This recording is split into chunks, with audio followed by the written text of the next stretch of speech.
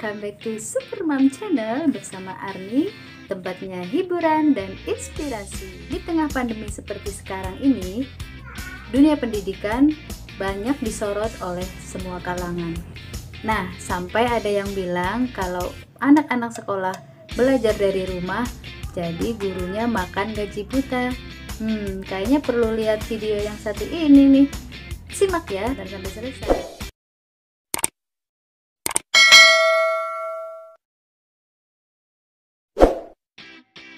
Jadi, meskipun kami mengajar lewat online atau istilahnya daring, kami tetap berusaha memberikan yang terbaik dan semaksimal mungkin untuk murid-murid kami. Untuk anak-anak yang orang tuanya memiliki handphone, jika diperlukan, kami membuat video pembelajaran agar anak-anak bisa menyimak dan memahami materi dari mata pelajaran yang kami berikan. Begitupun untuk umpan balik atas tugas-tugas yang mereka kirimkan. Kami harus mengoreksinya satu persatu, lalu memberi nilai, kemudian dikirimkan kembali kepada mereka. Untuk apa? Supaya mereka tetap semangat dan merasa dihargai hasil jerih payahnya. Itu pun kadang tak mengenal waktu. Jam berapapun mereka mengirimkan, kami harus tetap menghargai dan tetap memberi umpan balik. Kami tidak bisa memaksa dan memberi batasan waktu untuk mengirim tugas. Kami harus mengerti kondisi masing-masing orang tua. Ada yang handphonenya dibawa kerja dan pulangnya sore hari atau bahkan malam hari. Makanya mereka baru bisa mengirimkan tugas-tugas yang sudah dikerjakan oleh anak-anak mereka. Soal kuota, kami pun sama dengan para orang tua. Bahkan kami harus punya lebih banyak kuota.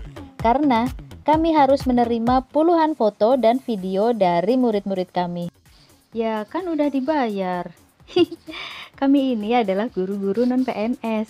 Kami mengajar di sekolah swasta yang tidak memungut biaya sekolah kepada orang tua murid. Honor kami adalah sisa dari dana bantuan operasional sekolah yang kami terima 4 bulan sekali. Berapa besarnya? Mungkin bagi sebagian orang hanya cukup untuk membeli sabun dan pasta gigi saja. Tapi keberkahan selalu melimpahi kami. Kami juga setiap hari tetap harus hadir ke sekolah. Kami melaksanakan tugas-tugas kami di sekolah. Mengerjakan administrasi sekolah, administrasi guru, administrasi kelas, dan lain sebagainya. Termasuk memberikan pembelajaran kepada murid-murid melalui online. Dan kami memastikan semua murid bisa mendapatkan hak mereka dengan baik.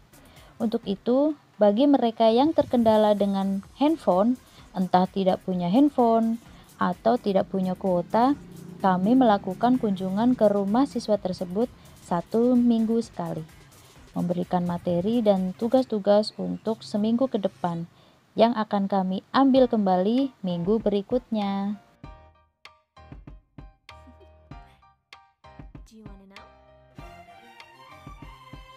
Dan selalu betapa terharunya ketika sampai di tempat mereka.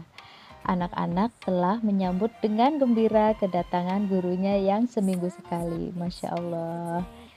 Mereka terlihat begitu bersemangat. Mereka tetap aku minta untuk mengenakan seragam sekolah supaya semangat mereka untuk belajar tetap menyala. Dan tak lupa tetap mengikuti protokol kesehatan.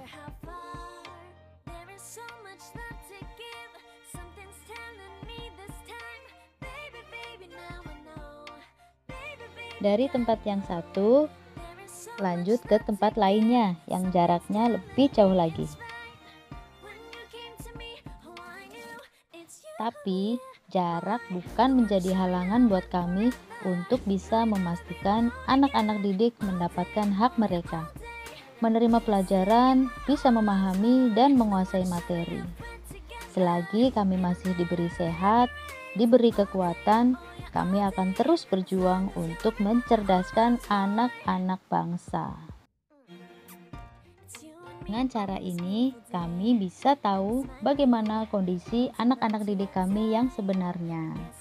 Nah, untuk yang mau aku kunjungi ini adalah anak-anak yang tinggal di daerah perbukitan.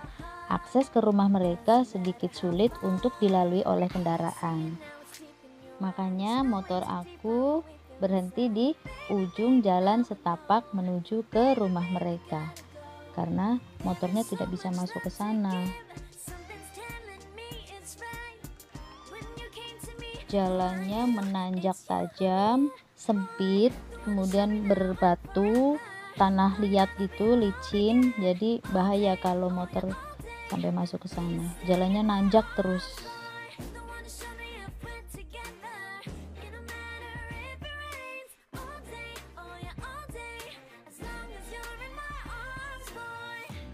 Rumahnya di atas sana, di atas kelihatan, sudah mulai kelihatan.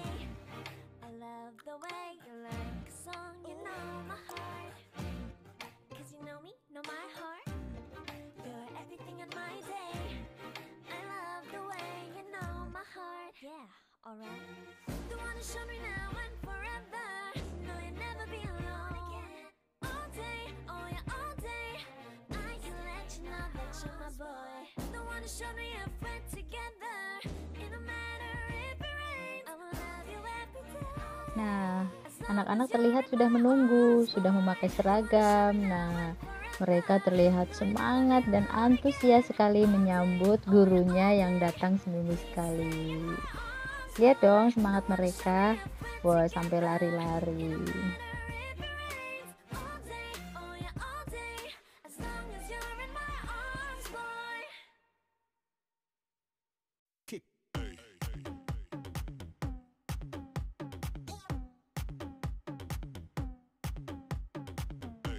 Ini aku udah mulai ngos-ngosan dan kaki pegel banget, makanya aku minta dipegangin ke anak-anak. Untung saja kemana-mana aku selalu bawa gendongan ini, jadi aku tidak kerepotan walaupun harus menaiki bukit dengan membawa anakku.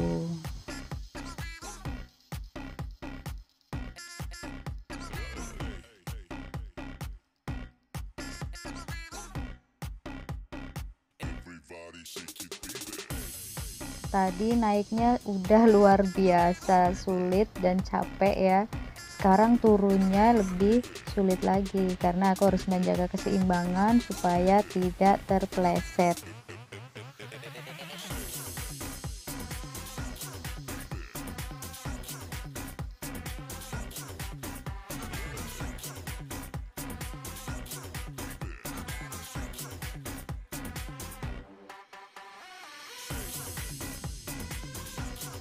Karena mal dan pasar itu adalah tempat-tempat pusat perekonomian.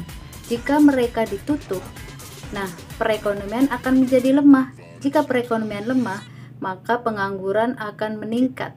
Pengangguran meningkat, maka kita semua tidak bisa bertahan hidup. Nah, itulah kenapa mal dan pasar sekarang sudah boleh dibuka. Tentu saja itu harus melalui protokol kesehatan, harus mematuhi protokol kesehatan.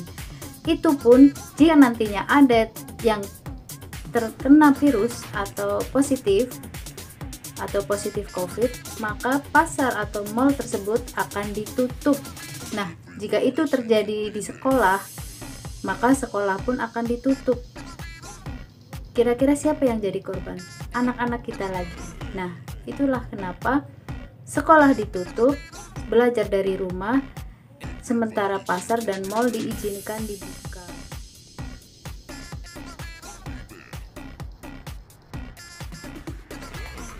Ini bukan pembodohan, justru ini adalah penjagaan. Seperti yang aku bilang tadi, bahwa anak-anak adalah aset terbesar bangsa ini dan mereka harus tetap selamat.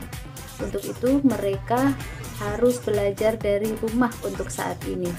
Karena pada dasarnya belajar itu bisa di mana saja. Sekolah bukan satu-satunya tempat untuk belajar, ya. Jadi belajar bisa di mana saja. Dan kita sebagai pelindung mereka harus bisa bekerja sama untuk bersama-sama memberikan hak mereka dalam hal pendidikan.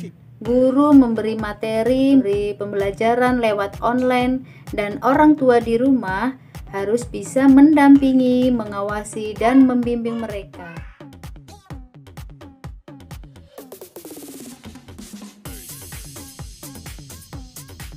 Nah, saat inilah peran orang tua dituntut.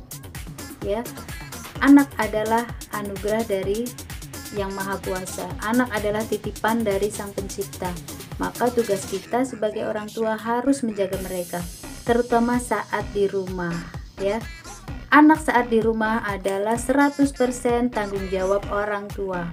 Jadi, apapun yang terjadi terhadap mereka, orang tualah yang bertanggung jawab. Untuk itu, meskipun belajar di rumah, guru hanya bisa memantau lewat online, lewat daring atau dalam jaringan. Jadi orang tua harus proaktif, tetap mengawasi mereka, harus bisa tetap membimbing mereka supaya tidak berlarut-larut. Mereka tetap bisa disiplin, mereka tetap bisa mengatur waktu, kapan saatnya bermain HP, kapan saatnya belajar. Kita orang tua punya kendali atas mereka. Mereka adalah tanggung jawab kita.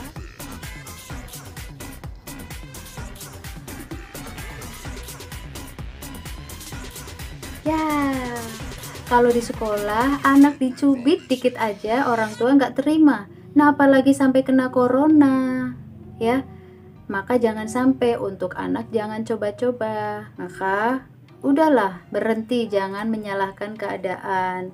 Jangan mengeluh dengan kondisi saat ini. Saat ini kita semua sedang berjuang bersama-sama untuk selamat dari corona dan bisa mengurangi penyebaran virus ini dengan cara tetap di rumah dan mematuhi protokol kesehatan. Dan bersyukurlah yang sampai dengan saat ini kita semua masih diberi sehat. Nah, cukup sekian pengalaman dari saya. Semoga kisah saya ini bisa menginspirasi, bisa bermanfaat, dan aku yakin di luar sana banyak sekali guru-guru hebat yang ikhlas dan semangat dalam berjuang memajukan anak-anak generasi penerus bangsa. Salut untuk kalian semua, semoga kita semua diberi sehat dan ladang ibadah buat kita semua. Amin ya robbal alamin. Sampai jumpa lagi.